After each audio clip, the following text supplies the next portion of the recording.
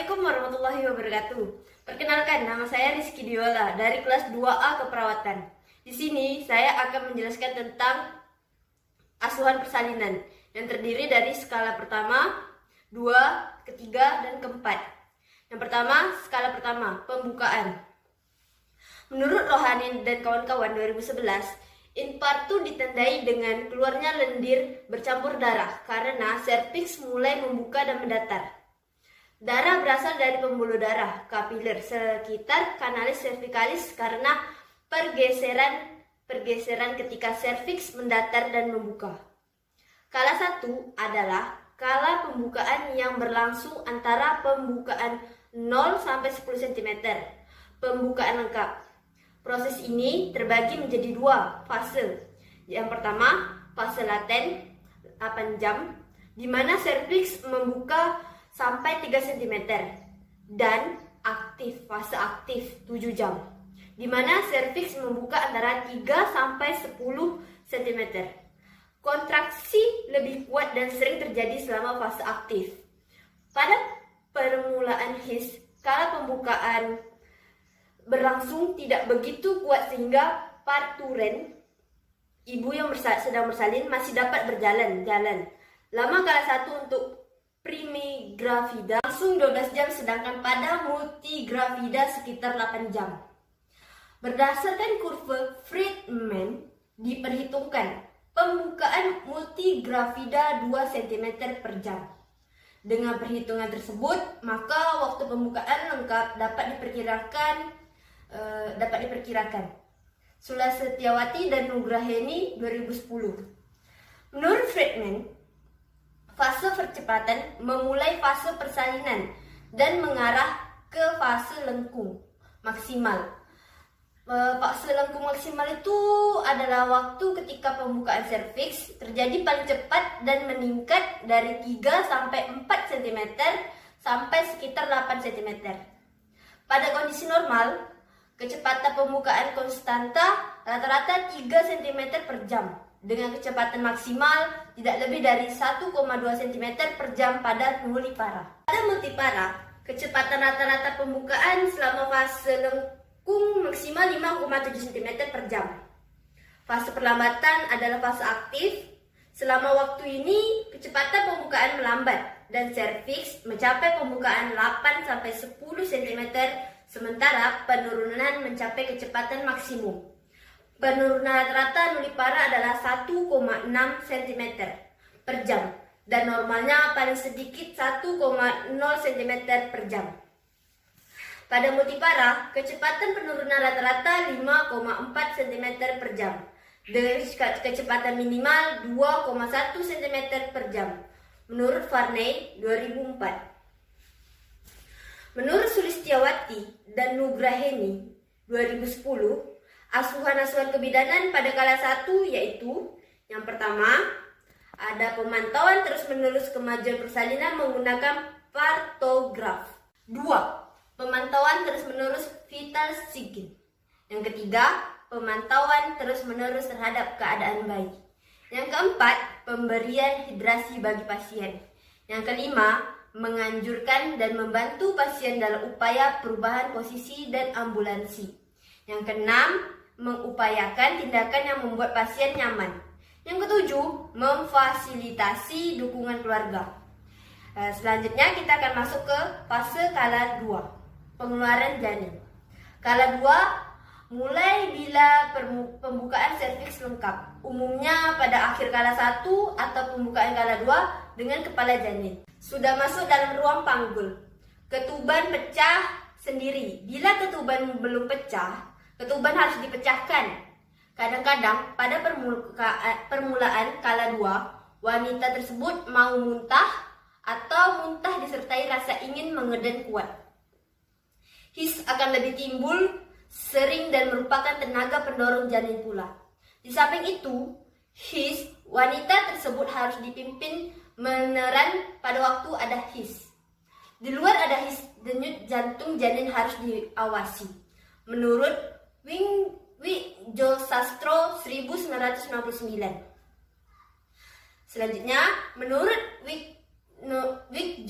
Wikjo Sastro 2008. Gejala dan tanda-tanda kala 2 persalinan adalah: yang pertama, ibu merasa ingin meneran bersamaan adanya kontraksi.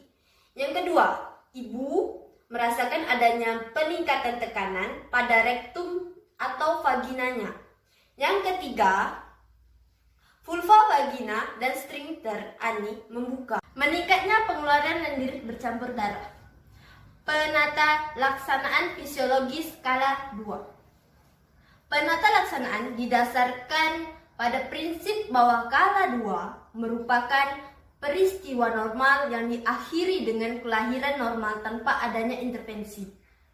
Saat pembukaan sudah normal, saat pembukaan lengkap,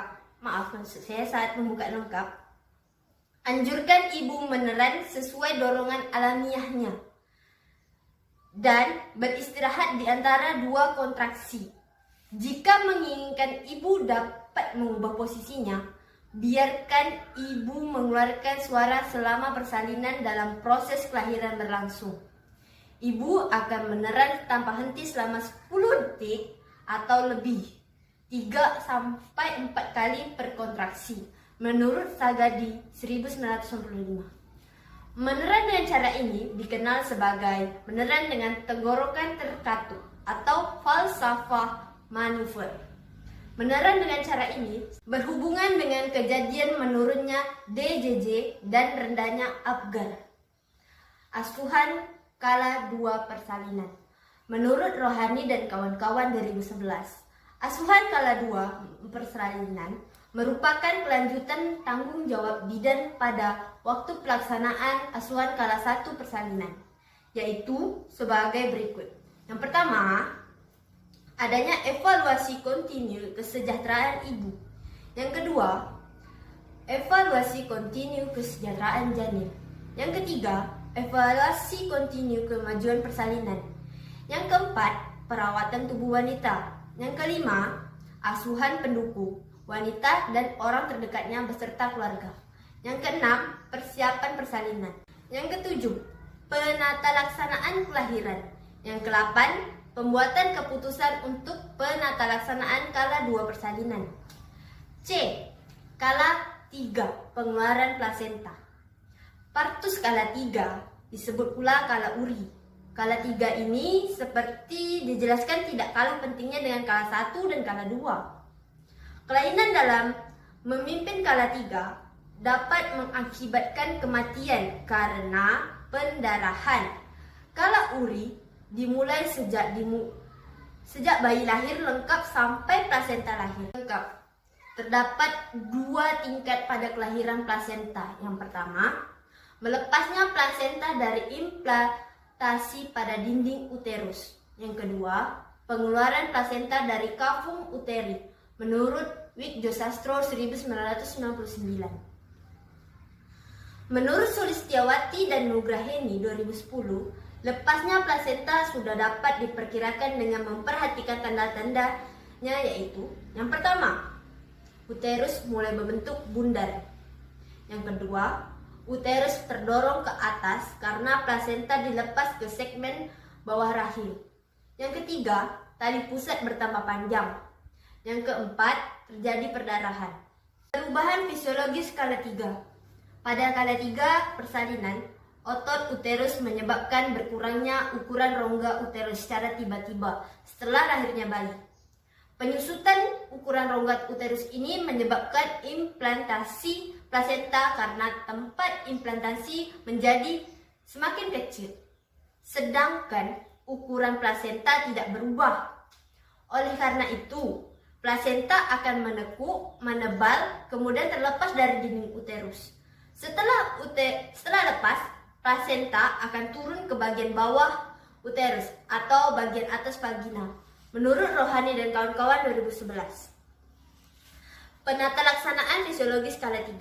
Penata laksanaan aktif didefinisikan sebagai pemberian oksitosin segera setelah lahir bahu anterior, mengklaim tali pusat segera setelah kelahiran bayi, menggunakan traksi tali pusat terkendali untuk kelahiran plasenta, menurut Farney 2007. Menurut Wikjo Sastro 2008. Langkah pertama penata laksanaan kala 3 pelepasan plasenta adalah: yang pertama, mengevaluasi kemajuan persalinan dan kondisi ibu. Yang kedua, pindahkan klem pada tali pusat sekitar 5-10 cm dari vulva. Satu tangan ditempatkan di abdomen ibu untuk merasakan tanpa melakukan masase. Bila plasenta belum lepas, tunggu hingga uterus berkontraksi. Yang ketiga, apabila uterus berkontraksi, maka tegangkan tali pusat ke arah bawah. Lakukan tekanan dorsokranial hingga tali pusat makin menjulur dan korpus uteri bergerak ke atas menandakan plasenta telah lepas dan dapat dilahirkan. Setelah plasenta lepas, anjurkan ibu untuk meneran agar plasenta terdorong keluar melalui introitus vagina. Yang kesembilan, lahirkan plasenta dengan mengangkat tali pusat ke atas dan menumpang plasenta dengan tangan lainnya untuk meletakkan dalam wadah penampung. Karena selaput ketuban mudah sobek, pegang plasenta dengan kedua tangan dan secara lembut putar plasenta hingga selaput ketuban terilin menjadi satu. Lakukan penarikan dengan lembut dan perlahan-lahan untuk melahirkan selaput ketuban. Asuhan persalinan kala 3. Asuhan kala 3 persalinan adalah: yang pertama, memberikan pujian kepada pasien atas keberhasilannya. Yang kedua, lakukan manajemen aktif kala 3. Yang ketiga, pantau kontraksi uterus. Yang keempat, berikan dukungan mental pada pasien. Yang kelima, berikan informasi mengenai apa yang harus dilakukan oleh pasien dan pendamping agar proses pelahiran plasenta lancar. 6. Jaga kenyamanan pasien dengan menjaga kebersihan tubuh bagian bawah perineum. Kala 4, observasi. Yang terakhir, setelah plasenta lahir, lakukan rangsangan taktil masase uterus yang bertujuan untuk merangsang uterus berkontraksi baik dan kuat. Lakukan evaluasi tinggi fundus. Lakukan evaluasi tinggi fundus dengan meletakkan jari tangan secara melintang dengan pusat sebagai patokan. Umumnya, fundus uteri setinggi atau beberapa jari di bawah pusat. Kemudian, perkirakan kehilangan darah secara keseluruhan. Periksa kemungkinan perdarahan dari robekan perineum. Lakukan evaluasi keadaan umum ibu dan dokumentasikan semua asuhan dan temuan selama persalinan kala 4. Menurut Wikjo Sastro 2008. Menurut Sulistiawati dan Nugraheni 2010, kala 4 mulai dari lahirnya plasenta selama 1-2 jam. Kala 4 dilakukan observasi terhadap perdarahan pasca persalinan. Paling sering terjadi 2 jam pertama. Observasi yang dilakukannya adalah: pertama, tingkat kesadaran pasien. Yang kedua, pemeriksaan tanda-tanda vital, tekanan darah, nadi, suhu, dan pernapasan. Yang ketiga, kontraksi usus. Yang keempat, terjadinya perdarahan. Perdarahan dianggap masih normal bila jumlahnya tidak melebihi 400 sampai 500 cc. Asuhan kala 4 persalinan. Menurut Rohani dan kawan-kawan 2011, secara umum asuhan kala 4 persalinan adalah: yang pertama, pemeriksaan fundus setiap 15 menit pada jam pertama dan setiap 30 menit jam kedua. Jika kontraksi uterus tidak kuat, masase uterus sampai menjadi keras. Yang kedua, periksa tekanan darah, nadi, kandung kemih, dan perdarahan tiap 15 menit pada jam pertama dan 30 menit pada jam kedua. Yang ketiga, anjurkan ibu untuk minum untuk mencegah dehidrasi. Yang keempat, bersihkan perineum dan kenakan pakaian yang bersih dan kering. Yang kelima, biarkan ibu beristirahat karena telah bekerja melahirkan bayinya. Bantu ibu posisi yang nyaman. Yang keenam, biarkan bayi di dekat ibu untuk meningkatkan hubungan ibu dan bayi. Yang ketujuh, bayi sangat bersiap segera setelah melahirkan. Hal ini sangat tepat untuk memberikan ASI. Pastikan, yang ke-8, pastikan ibu sudah buang air kecil 3 jam pasca persalinan. Ke-9, anjurkan ibu dan keluarga mengenal bagaimana memeriksa fundus dan menimbulkan kontraksi serta tanda-tanda bahaya ibu dan bayi. Sekian penjelasan tentang kala 1, kala 2, dan kala 3, kala 4. Selanjutnya, saya ucapkan terima kasih. Apabila banyak terjadi kesalahan, saya mohon maaf karena ini sedang dalam masa pembelajaran. Semoga selanjutnya lebih baik lagi. Wabillahi taufiq wal hidayah. Wassalamualaikum warahmatullahi wabarakatuh.